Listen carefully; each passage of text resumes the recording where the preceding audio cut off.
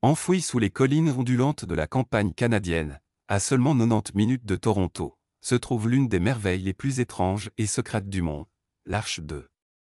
Ce vaste bunker souterrain, construit à partir de 42 autobus scolaires, de béton et d'une détermination sans faille, est l'œuvre de Bruce Beach, un homme dont la vision excentrique a captivé les survivalistes, exaspéré les autorités et laissé une marque indélébile dans un coin inattendu de l'Ontario.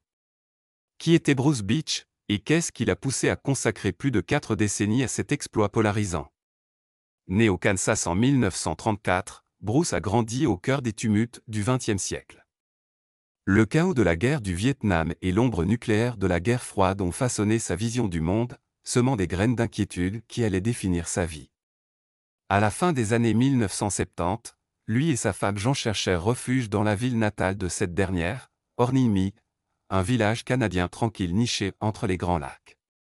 Son isolement et sa beauté pittoresque offraient un répit, mais Bruce ne pouvait se défaire de sa peur grandissante d'une catastrophe nucléaire imminente entre les États-Unis et la Russie. Plutôt que d'attendre les retombées, il décida d'agir. Dès 1980, Bruce avait dessiné un plan audacieux pour ce qu'il appelait l'Arche 2, un abri fortifié conçu pour résister à une explosion nucléaire et abriter des centaines de survivants. Ce qui commença comme une mission personnelle devint rapidement l'un des plus grands complexes souterrains construits en privé en Amérique du Nord, un témoignage d'ingéniosité, de paranoïa et d'une volonté inébranlable. Le projet de Bruce reposait sur un matériau improbable, de vieux autobus scolaires. À 300 $ pièce, ils étaient abordables, mais leur attrait résidait dans leur conception, des intérieurs spacieux et des toits renforcés en acier, exigés pour la sécurité des enfants, les rendaient assez solides pour supporter le poids de la terre et du béton. À partir de 1980, il amassa 42 autobus, les stationnant en grille serrée sur sa propriété de 12,5 acres. En 1985, avec une petite armée de volontaires à ses côtés, il commença à les transformer en un labyrinthe souterrain.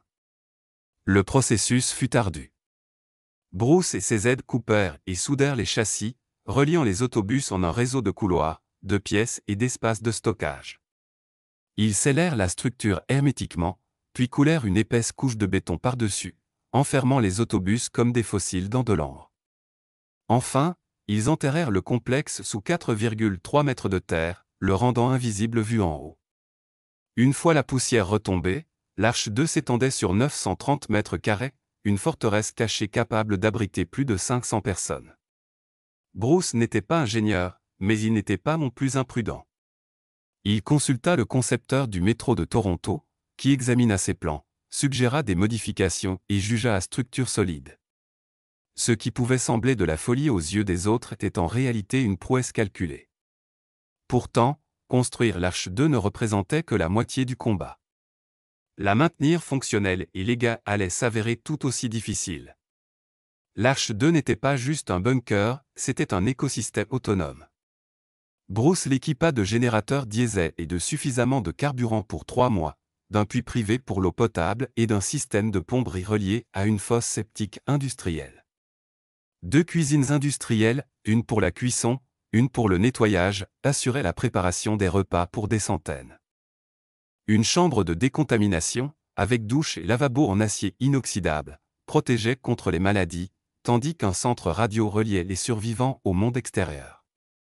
Des salles de classe, une bibliothèque, une crèche et même une morgue couvraient tous les aspects de la vie et de la mort sous terre. L'espace étant limité, Bruce divisa les dortoirs selon le genre, séparant les familles pour maximiser la capacité.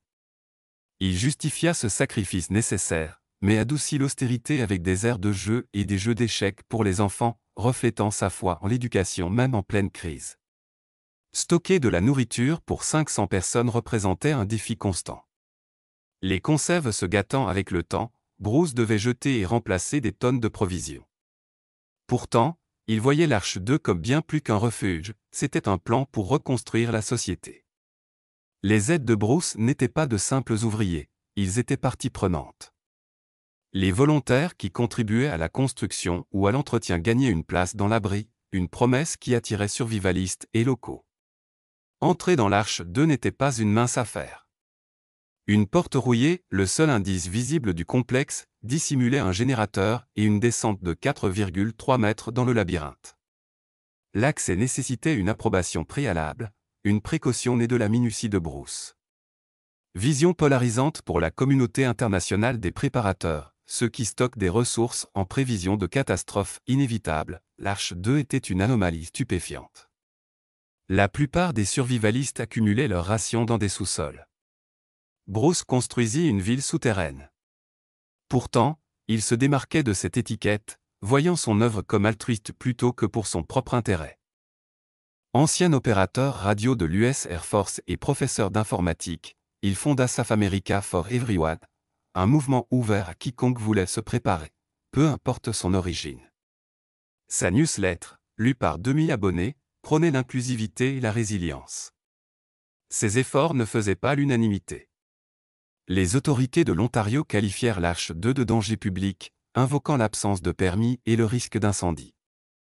Les pompiers la fermèrent à plusieurs reprises, et les officiels dépensèrent beaucoup pour contrer les rassemblements de Bruce. Ils considéraient leurs interventions comme des distractions mesquines, convaincus qu'ils ne comprenaient pas sa mission. Pour Bruce, l'Arche 2 n'était pas une cascade, c'était une bouée humanitaire. Ses prédictions alimentaient son urgence. Bruce croyait qu'une guerre nucléaire éclaterait avec un bombardement pakistanais sur l'Inde, une étincelle qui embraserait la planète. Ces échéances variaient, parfois à des décennies, parfois imminentes, mais son pessimisme ne faiblissait jamais. Il voyait les catastrophes comme des occasions de bâtir un monde meilleur, exhortant les autres à le rejoindre avant qu'il ne soit trop tard. Bruce Beach est décédé en 2021 à l'âge de 87 ans, laissant l'avenir de l'Arche 2 incertain. Sa femme Jean et leurs 5 enfants doivent désormais en assurer l'entretien et définir son rôle. L'abri tient toujours, un géant silencieux sous Orning Mill, maintenu par une bande décroissante de volontaires. Sa newsletter perdure sous la direction d'Antonia La, gardant sa voix vivante pour un public de niche mais dévoué. L'Arche 2 était-elle un triomphe de clairvoyance ou un monument à la peur? Pour certains, c'est une relique singulière de la paranoïa de la guerre froide. Pour d'autres, une déclaration audacieuse d'autonomie. Solide sur le plan structurel et indéniablement ambitieuse, elle défie un jugement simple. La famille de Bruce fait face à des questions difficiles, la préserver comme curiosité historique, l'ouvrir aux visiteurs curieux ou la laisser sombrer dans l'oubli. Pour l'instant, elle reste un témoignage de la foi inébranlable d'un homme que la survie exige l'action, pas l'espoir. Bruce écrivait autrefois que l'avenir de l'humanité était prometteur, mais seulement si elle surmontait les tempêtes à venir. L'Arche 2 incarne cette dualité, une préparation sombre couplée à un optimisme obstiné. Alors que le monde traverse de nouvelles crises, ces autobus enfouis murmurent un défi: allons-nous attendre les retombées, ou construire nos propres arches?